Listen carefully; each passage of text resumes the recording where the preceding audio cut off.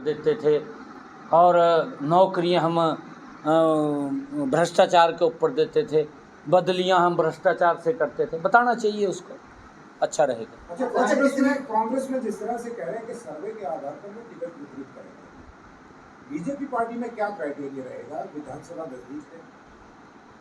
देखिए, हमारे यहाँ तो कार्यकर्ता है और बाहर से जो हमारा व्यक्ति दूसरे दल से आया है वो जीतने वाला है, तो ये हमारे सभी समीकरण चलते हैं। कार्यकर्ता उसका पार्टी के अंदर सम्मान और पार्टी कार्यकर्ताओं को मजबूती से चुनाव लड़ाती है। मैं उसका उदाहरण हूँ, मोहनलाल बड़ौली उसके उदाहरण हैं। मैंने उदाहरण दिया है कि पार्टी लगातार कार्यकर्ताओं को गढ़ करके उनको आगे बढ़ाने का काम करती है। ये प्रथा ये भारतीय जनता पार्टी में है। एक छोटे कार्यकर्ताओं को धीरे धीरे विकास करके फिर उसको आगे बढ़ाना। मोहनलाल बड़ौली जी भी एक बूथ से शुरू की राजनीति, विधायक भी हैं, सांसद का चुनाव लड़े।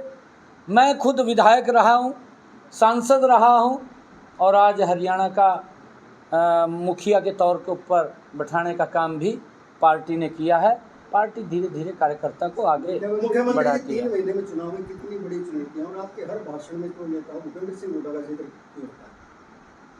नहीं, देखिए, मेरा जिक्र ये नहीं होता कि मैं किसी के ऊपर वो कटाक्ष का है। जब वो इस प्रकार की बातें बोलते हैं, झूठ बोलते हैं वो लोग, वो झूठ ये बोलते हैं कि हम ये करेंगे, हम वो करेंगे। भाई तय 10 साल मुख्यमंत्री रहा, तेरे का कौन सा रस्से पे दिए थे? किसी ने कर देना चाहिए था काम, क्यों नहीं कराया? अब याद आया क्या? अब तेरे को ध्यान आया जब मोदी की सरकार और बीजेपी की डबल इंजन की सरकार कर रही है, जब उन्होंने लोगों के हित में कदम उठा रही है, अब इसके हुड्डा के याद आया।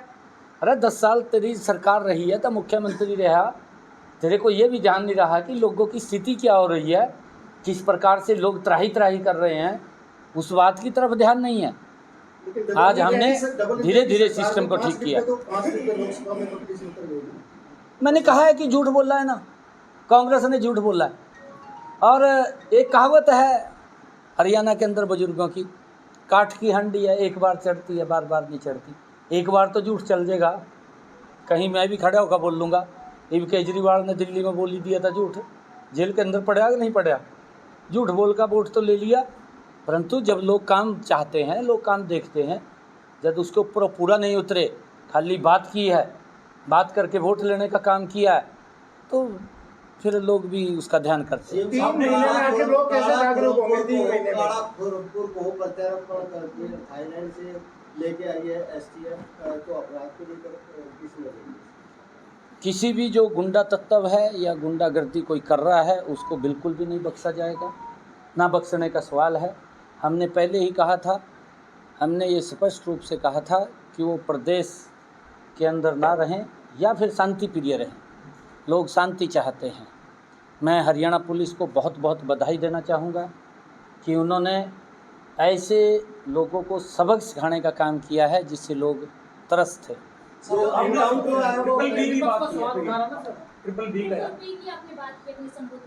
हाँ, ट्रिपल बी कांग्रेस की सरकार के अंदर भर्ती भी भ्रष्टाचार से होती थी और बदलियाँ भी भ्रष्टाचार से होती थी। और भूमि का जो आपके सामने है, किसी के ऊपर वो लगा दिया, सेक्शन 4 लगा दिया, सेक्शन 7 लगा दिया। किसानों को इस प्रकार से डरा देते, डरा नहीं देते थे, उनकी ज़मीन खोस लेते थे ये लोग, और ज़मीन खोस करके बाड्रा के नाम कर देते थे। हमने आके किसानों की ज़मीन वापस करी। ये भूमि के अंदर जो इन्होंने घोटाला किया, ये ट्रिपल बी की सरकार रही है जी। बाड्रा वाले के अंदर तो अंदर जाएंगे, बाड्रा भी जाएगा अंदर। ये देखिए, नहीं देखिए, माननीय कोर्ट का डिसीजन है और केस चल रहा है, उसके अंदर हम कुछ नहीं कर सकते। माननीय कोर्ट जो फैसला देगा तो कानून अपना काम कर रहा है। भूपेंद्र सिंह हुड्डा रोहतक में थे, उन्होंने कहा कि नायब सैनिक को 10 साल में ये नजर आया कि हमारे प्रदेश में अपराध बढ़ रहा है, इससे पहले कुछ नहीं।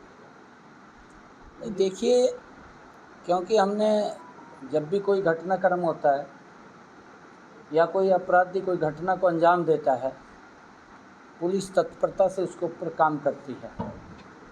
भूपेंद्र सिंह हुड्डा के समय के अंदर जो क्राइम था, मैं बोलने वाला हूँ, आज हमारी सरकार के अंदर उसका रेट कम हुआ है। भूपेंद्र सिंह हुड्डा की सरकार में 2014 में वो बहुत ज़्यादा था। आंकड़े हैं, आप भी सर्च करेंगे शायद आपको भी आंकड़े मिल जाएंगे। इनके समय के अंदर तो FIR दर्ज नहीं होती थी, लोग घूमते रहते थे। आज 0 FIR है। 0 FIR के बावजूद भी क्राइम का आंकड़ा कम है। और मैंने कहा है कि अगर कोई गुंडा तत्व या कोई इस प्रकार की बदमाशी जिससे कि लोग आहत होते हैं, हमने स्पष्ट रूप से कहा कि किसी को भी बख्शने का सवाल नहीं है। वो अपने इस रास्ते को छोड़ दें या कहीं बाहर चले जाएं। कांग्रेस पार्टी बाप बेटे की पार्टी बनकर रह गई है, कांग्रेस को छोड़ के आगे कुछ आने वाले हैं।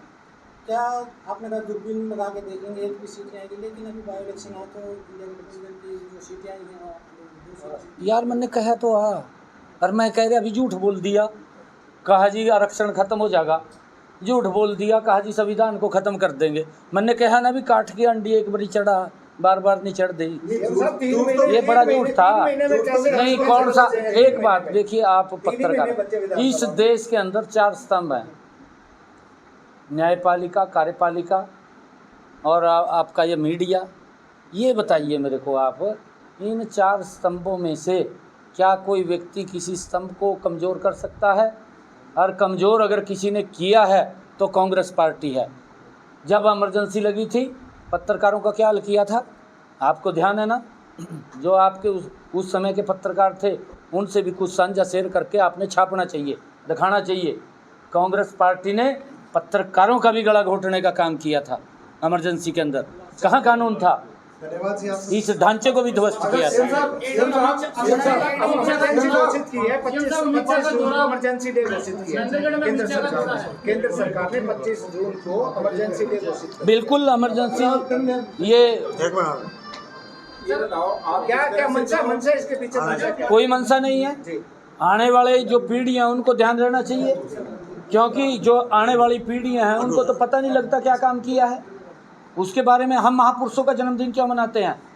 हम महापुरुषों का जन्मदिन इसलिए मनाना शुरू किया है कि आने वाली पीढ़ियों को उस इतिहास के बारे में ज्ञान हो। नहीं तो वो सोचते हैं अभी आ रहा है सारा का सारा, उनको ये तो नहीं पता भी आने वाली पीढ़ियों को आज़ादी कैसे मिली है, किन लोगों ने कुर्बानियाँ दी, किन लोगों ने अपने आप को इस भूमि के ऊपर खपाया है। वो महापुरुष, वो क्रांतिकारी वीर, उनके दिवसों को मनाना ये सरकार ने, हमारी सरकार ने शुरू किया। इसीलिए किया कि उस इतिहास के बारे में आने वाली पीढ़ियों को ध्यान रहे। बहुत बहुत धन्यवाद।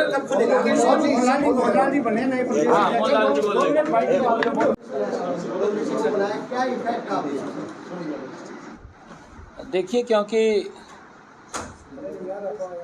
प्रदेश अध्यक्ष की जिम्मेवारी मेरे ऊपर थी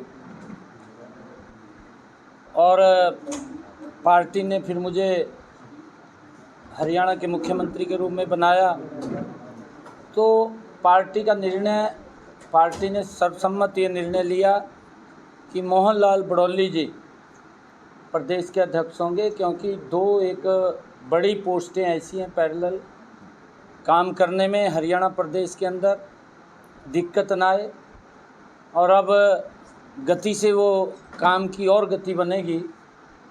मैं मोहनलाल बड़ौली जी को आज उन्होंने पदभार ग्रहण किया है, बहुत बहुत बधाई और शुभकामनाएं देता हूं। मोहनलाल कौशिक जी जो लगातार पार्टी के निष्ठावान कार्यकर्ता रहे हैं, जिन्होंने अपना पार्टी में जीवन बूथ से शुरू किया है।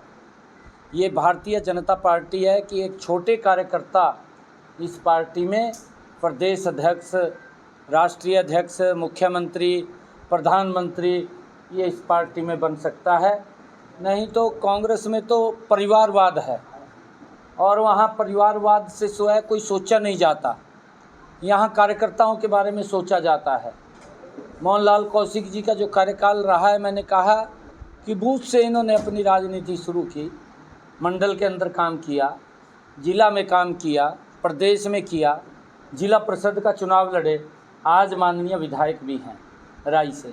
मैं इनके कार्यकाल आज पदभार ग्रहण किया है, इनको बहुत बहुत बधाई और शुभकामनाएं देता हूं। और हरियाणा के अंदर हम दोनों मिलकर के, सरकार और संगठन मिलकर के मजबूती से हरियाणा प्रदेश के अंदर काम करेंगे और बहुत बड़े मैंडेट के साथ तीसरी बार हरियाणा के अंदर कमल का फूल खिलेगा।